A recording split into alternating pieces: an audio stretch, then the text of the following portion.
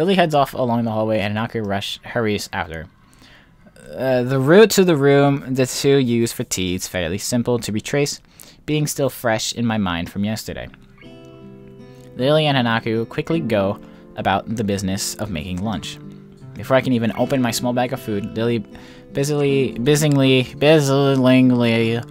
herself with her thermos and tea bags, and Hanako is setting out both their lunch boxes. Ugh, mouthful there. So this is what you meant by coming here almost every day. Yes, Hanako and I usually have lunch here. It suits both of us, so we ended up using this room regularly. After seeing Hanako's reactions to me over the past couple days, I can understand why that is a boon. That and Lilly being able to get some quiet away from her class as well. I take my seat last, after Lily's pouring the tea for us and sits down. She looks nervous as shit. She looks so nervous. The more time I spend with these two girls, the more I think they're a perfect foil to Misha and Suzune. Even without the voice, Suzune is direct and brash, and Misha seems to get along with everyone. On the other hand, Lilly is soft-spoken and relaxed, while Hanako seems to be the shyest girl I've ever met. So how are you faring in Yamaku, Hisao? You seemed a bit frustrated before. Don't talk about it. Apart from getting lost every now and again, and being crash-tackled outside my classroom, fine, I guess. You look pretty hurt before. Are you really okay? For a brief moment, I consider telling Hanako and Lilly about my condition, but then I hold it back. I can't tell why, but for some reason I feel uncomfortable talking about it to these relative strangers, even if they have been pretty friendly. Yeah, it's nothing, I was just a bit startled. Judging from the two girls' expressions, I don't think they're buying it, but in what I assume is their way of respecting my privacy, they don't press the matter. I guess that is one of the unwritten rules around here. Don't ask. Even if people's conditions are obvious, like Hanako's, there's still bound to be a story involved. Yeah, I really want to know her condition. I really do.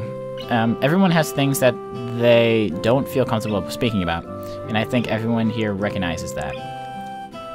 So, how long have you been in this school? You both seem to know your way around pretty well.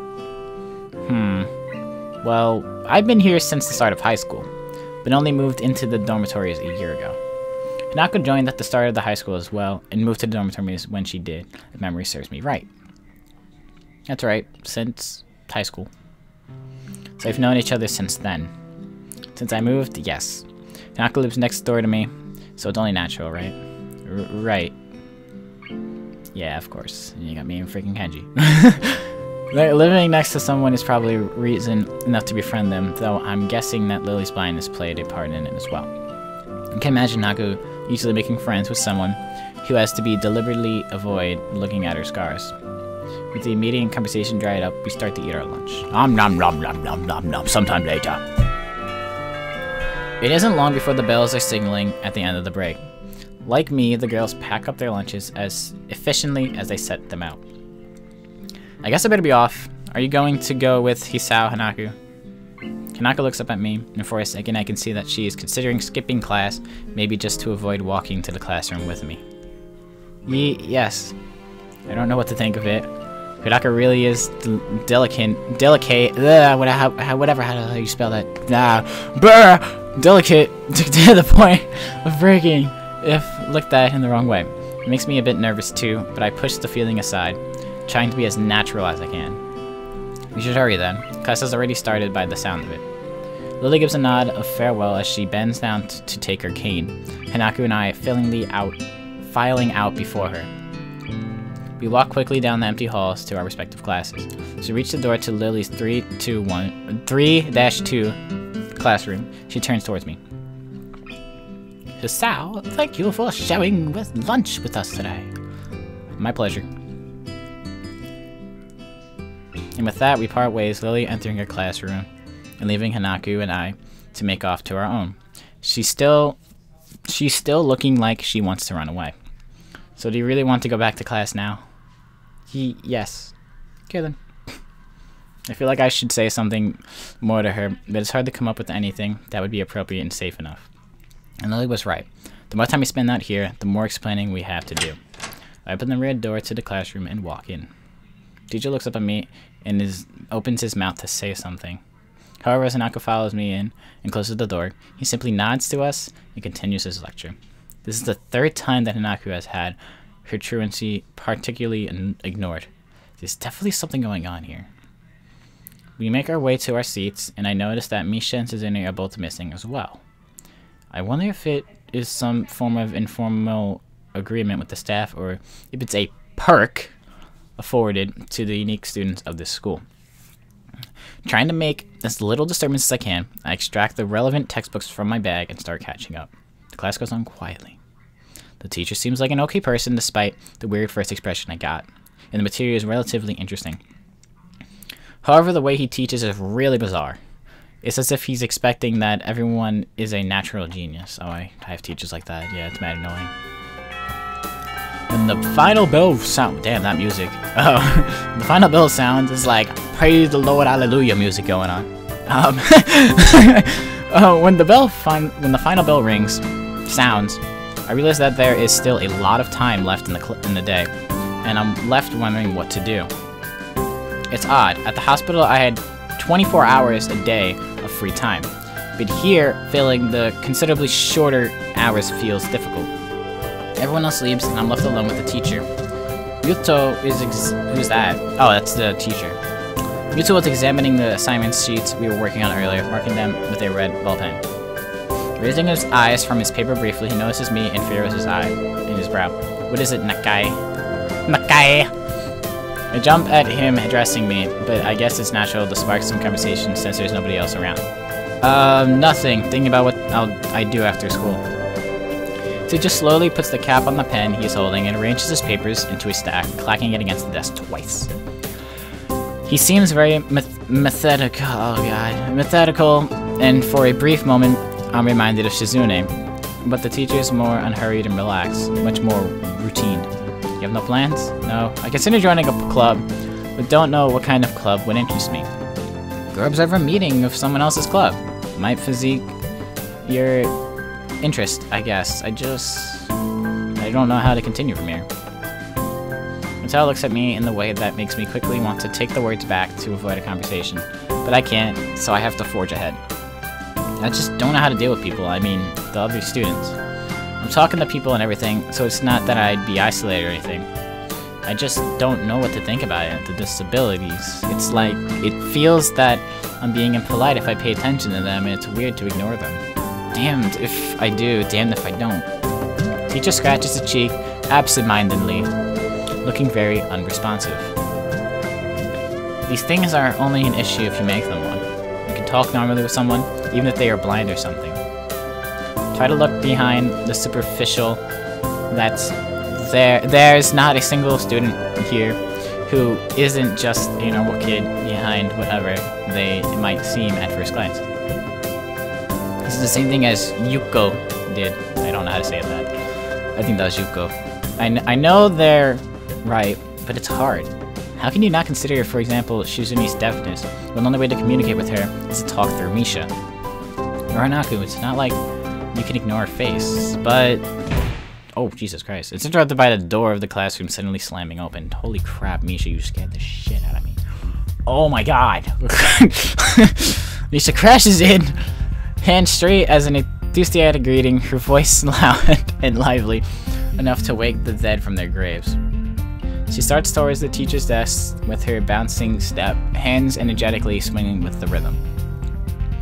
Mewtwo, visibly dismayed at the interruption, and Misha in general slumps in his chair. Mikado,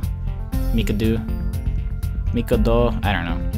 Misha stops in her tracks and looks around cluelessly as if she's sensing from his tone that something's wrong, but has no idea what. Yes? You've talked about volume control before. Yes? But she doesn't lower her voice at all, and the teacher just rubs his eyes. So what is it? We need help. We're running out of supplies for the festival stands. This is a distress. She waves a pink sling of paper she's holding around, but both of her hands don't have the paper in it. The fake logic. The gravity. So go get more supplies from the art room. What's the problem with that? Oh. Plywood. Plywood is always the problem. Last time we wanted more, there was only a little. but that time we just took it all and went with that. Now there's like none left there. So you do know where there is some, duh. I don't understand. How would I know? Si-chan. I mean, the president thought that the teacher would know if there's plywood. Was she wrong? Mitao looks like he is in a great pain, frowning with his entire essence, and Misha doesn't get it at all. Looking at the two of them communicate is terrible. Looking at a man being tortured by drilling his skull open while blasting pop music at full volume at the same time. I'm afraid I have no idea if there is any plywood in the school, let alone where it would be if there was any. What should I do? Perhaps try to find Mr. Nomiya. Nomi. Oh my god, these names. Nomiya. Mr. Nomiya. I'm quite sure he would know where to find everything you need. You'd have to pry them from his cold, dead hands, but that's a different matter. I don't have time for this. You're so busy. She holds her head, both of her hands. Oh, we're gonna get asked to do this, aren't we? Looking as despairing as it's possible for a person like her. Without even noticing, she crumples the note she's holding against her hair. I shouldn't even be fetching these things. There's so much to do and we're falling behind the schedule. Mitsuo looks at her gravely and then suddenly smiles. I don't like this smile. Smiling doesn't really fit his face. I think it'd be better if he didn't. I wonder if you could get some temporary help. He switches to staring at me focusedly with a hard expression as if he's trying to say, go make some friends. I guess I can give you a hand. You can! Thanks, Achan, you're really nice. She pauses, does a double take, and then points at me with her finger, yelping, ah! And looks very puzzled. Come think of it, what's Achan doing here? Class is over, you should be having fun. We just had a little chat. Oh no, it's not the tension, is there? Are you in trouble? No, I'm not. Is Achan in trouble, teacher? No, he's not. He sighs deeply, and I feel that I have to help Misha to get her off the teacher's back. So what do you need? Here's a list. I can try to find the plywood from somewhere, if there's none in the art room. Yeah, sorry, I had to breathe. She offers me the note she's holding. I take it hesitating a bit. I said I'll help you, but this has no implications on whether I'm joining the council or not. Good job, Hasao. Good job.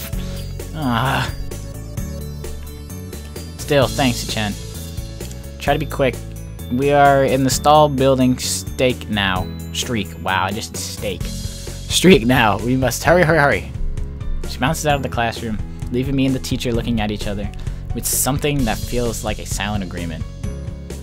Well, there you have it, Nakai. You have something to do now. Please don't sound so smug. Looking at this list with the number of items ranging from paint to plywood, all written with small, neat handwriting, that is undoubtedly Shizune's. I heave a sigh.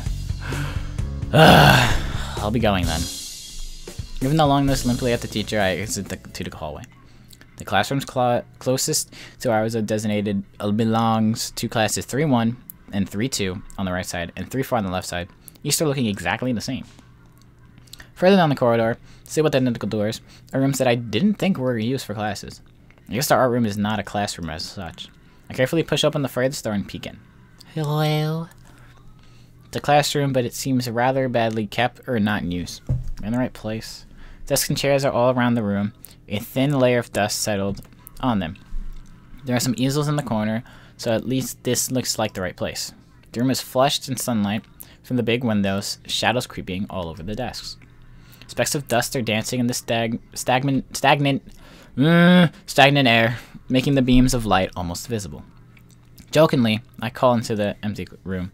Anyone hurt? Something catches my eye and I stop mid-sentence. I'm sorry, what the f just happened? I'm sorry. What? Sitting on the desk is a short-haired girl curiously wearing a boy's uniform. The fork between her toes, a morsel of food stuck firmly on the end. The odd way of dining seems to be caused by her apparent lack of hands, but her presence here is what takes me aback even more. How did I miss her before? She's sitting in the corner very still, but I still somehow took her as part of the furnishing or a statue at first glance, not being too observant today as a whole. The girl seems to be frozen in place, staring at me with her huge eyes like a rabbit in headlights. She's staring at me, her mouth wide open, ready to accept the fork. Staring at her, my mouth wide open, suddenly remembering I didn't finish my sentence and trying to think if I should. The weird stalemate keeps us both stunned into silence, pronunciating only by the wall. Clock. Punctuated, I'm sorry, my reading today. Punctuated only by the wall. Clock ticking rhythmically. Low. The girl stuffs the fork full in her mouth and is now staring at me expectantly while chewing. This is a bit awkward. Hello. I was told to pick up some supplies here for some festival stalls, I think. I didn't think there would be someone here. There isn't. That's why I came here too. She picks up another forkful. Doesn't that mean you're here then?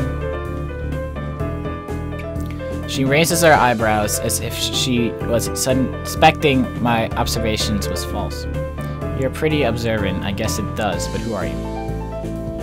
This girl's pretty straightforward, isn't she? I'm Nakai, Sao Nakai. I just transferred in on Monday. I'm Rin. Suzuka Rin. Rin Suzuka. Oh my god, these names. At least it's an easy name. I won't shake hands with you, but at least we know who we are now. Freaking face. It's very nice. Her deadpan manner of talking makes it hard to determine whether she's joking about shaking hands or not. It kinda bothers me. Joking about these matters doesn't feel appropriate at all. Well, I'm trying to figure what's appropriate and whether this girl is. She seems to have lost interest in me and is now gazing yearningly back at her food. Can I continue my lunch? If you don't mind, I won't mind you. If you need to get your stuff, the supplies are in the back. Go right ahead, but lunch, school's already over for the day. What word would you use then? There's no word for a meal you eat after lunch, but before dinner. Linner. There we go. Got you. Hooked you up, Rin. Hooked you up. Bothers me very much too, but I don't really know what I should say. I don't think you're supposed to eat a meal between lunch and dinner to begin with. But I'm hungry now, and my delicious box of lunch would go to waste otherwise. I have curry. Ooh, you got curry? It's very delicious. Ooh, I like curry. With much deceivedness, Rin once again picks up the fork between her toes, and with at least as much impoliteness, she pointed straight at me. She's like, what the frick you want? So, Nakai, what brings you to this place? Like I said, I was told to look for these things. No, the school. From outside, you look fine. Is your problem inside? I come to a full stop, opening my mouth but not getting a word out. I can guess. I'm good at guessing, better than most people. Rin cuts me off before I can answer her question, or skirt around it somehow. I don't know which I would have done. I froze in front of this issue. I hadn't even told anyone here about my condition, and maybe it's only because it hasn't really come up. I do get the feeling that not making issues of this is a part of the social code here, as the teacher said.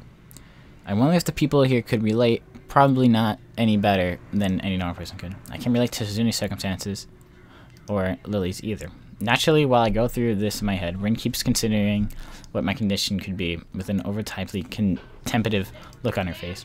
She puts her fork between her lips and leans back, looking at the ceiling, as if the answer was written up there.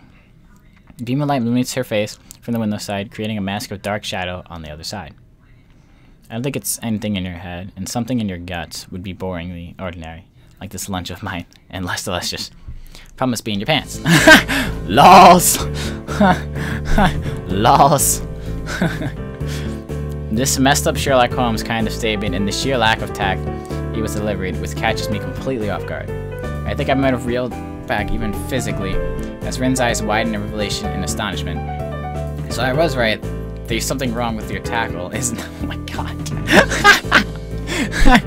Still particularly in shock, but recognizing the need to reply something, I spit out the first thing I can think of. No, nothing like that. I have a heart problem. Arrhythmia. I said it. More like blurted it out, but I said it. The girl in front of me purses her lips together and glows at me, looking very disappointed. How boring. Trouble in the pants would have been much more scandalous. What's with that reaction? Sorry I let you down. I forgive you. Just, I collect people and a person with you now. That kind of problem would have been really great. Collect people? People with different problems. Huh, so you just, like, go around asking what's wrong with them. Pretty much. I see. With little left to say, Rin resumes her lunch and the conversation dies away. But I keep thinking about what she said. It's the first time I told anyone else about my condition. All the people here either know about it already or heard about it from someone else. Or didn't need to know about it like every other student here so far. Should I have told it as a natural part of introductions? Is it expected of me? Hi, I'm the cell. I have a very serious heart condition. Is that how I'm supposed to go around introducing myself from now on? As if our disabilities would define us. What a disgusting thought. Or maybe this Tezuka girl just has an unnatural interest in such things. So I walk to the back of the room to pick up the items on Misha's list. A chance opens to study Rin from the corner of my eye. Her hair is a burnt auburn, almost orange, and cropped short. Long hair would probably be impossible with no arms. The boyish uniform, the lack of arms makes her look very thin, almost scrawny. She's not particularly pretty, except for her murky green eyes, which flicker restlessly from below her short bangs, even when she eats.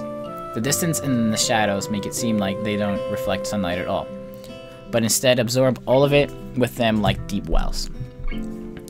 She moves her feet almost as definitely as a normal person would use their arms. However, I can see how this sight could discomfort people, especially while eating. It makes me feel a bit uncomfortable at least. Nice today to think about the word unnatural, but it's too late now, isn't it?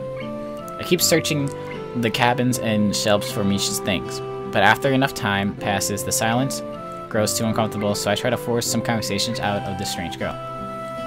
So do you always eat alone or in this late, or do you get the occasional visitor? Visitors, maybe you're my first occasional visitor, but I don't always eat alone either. Sometimes I eat with a certain person on the roof, if she's not horsing around. Oh, I know who she's talking about. She's talking about Emi. Horsing. She likes to do sports. Oh. And that's all I can think of to say. Both of us fall down again as Rin forks the last bits of her meal to her mouth. You know that face? She's like, I don't give a frig. Ugh.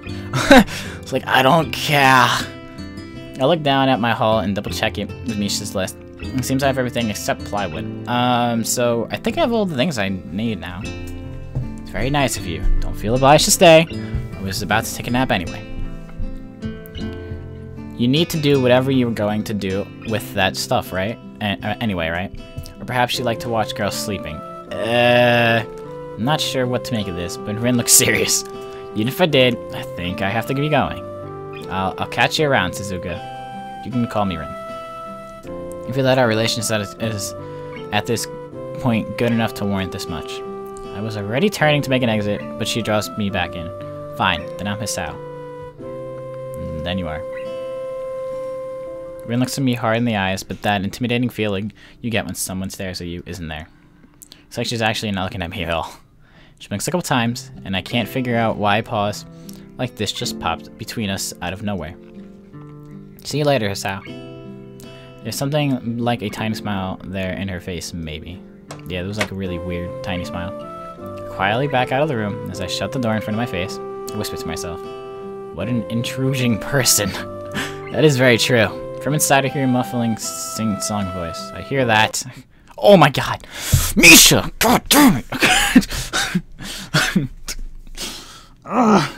Misha, I'm gonna punch you in the face. What did she hear? I jump at this. Yeah, I freaking jumped too. Jesus Christ, woman. God. I don't remember any jump scares in this game. I don't see any warnings of that. God damn it.